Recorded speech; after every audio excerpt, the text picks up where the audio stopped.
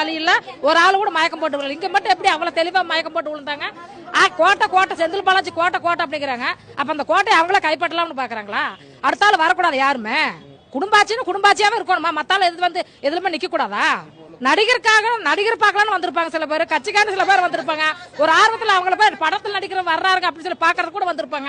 அதுக்காக இந்த மக்கள் இப்படி பாதிக்கப்பட்டது பரவாயில்லைங்களா? இதுக்கு இவருக்கு சம்பந்தமா இல்லையா? இல்ல இந்த கோட்டையாளருக்கு இதுக்கு சம்பந்தம் இல்லையா? உயிர் போயிருச்சு. இப்ப எங்களுக்கு என்ன? எங்களுக்கு பணமெல்லாம் வேண்டாம், நிதி உதவி தலா 10 லட்சம் அதெல்லாம் வேண்டாம். எங்களுக்கு பொண்ணு சூரோட வேணும். இதுக்கு வழி சொல்லுங்க நீங்க. அந்த பிள்ளை 2 வயசு பிள்ளை விட்டு வந்திருக்குது. அந்த பிள்ளைக்கு அப்பா இல்ல. அந்த பிள்ளை எப்படி நாங்க கரையாத்திர சின்ன குழந்தைய வச்சுனாங்க? இப்படி பண்ணிட்டாங்க, சதி பண்ணிட்டாங்க. பரவாயில்லைங்களா? விஜய் அதாவது அவர் பேச 10 நிமிஷத்துல இருக்கவே கரண்ட் கட் ஆகுது. கரண்ட் கட் ஆனது அப்பவே ஆம்புலன்ஸ் ரெடியா நிக்குது. எதுவுமே இல்லாத அசம்பிள் ஆகிற இடத்துல 40 ஆம்புலன்ஸ் எதுக்கு நிக்குது? ஒண்ணுமே பிரச்சனை இல்லப்பா. நல்லா பேசிட்டு இருக்கிற எதுக்கு 40 ஆம்புலன்ஸ் நிக்குது? சந்தேகப்படுற மாதிரி இருக்குது. தண்ணி பாட்டில் வீசுறாங்க, அந்த தண்ணி பாட்டில் கொடுத்து எல்லாம் மயக்கம் போட்டு விழுகிற மாதிரி விழுறாங்க. கூட்டத்தில் அதிகமா போட்டு நெரிசல்ல போட்டு மிதிச்சுட்டாங்க. மிதிச்சா என்ன உசுரதான் போக செய்யும்?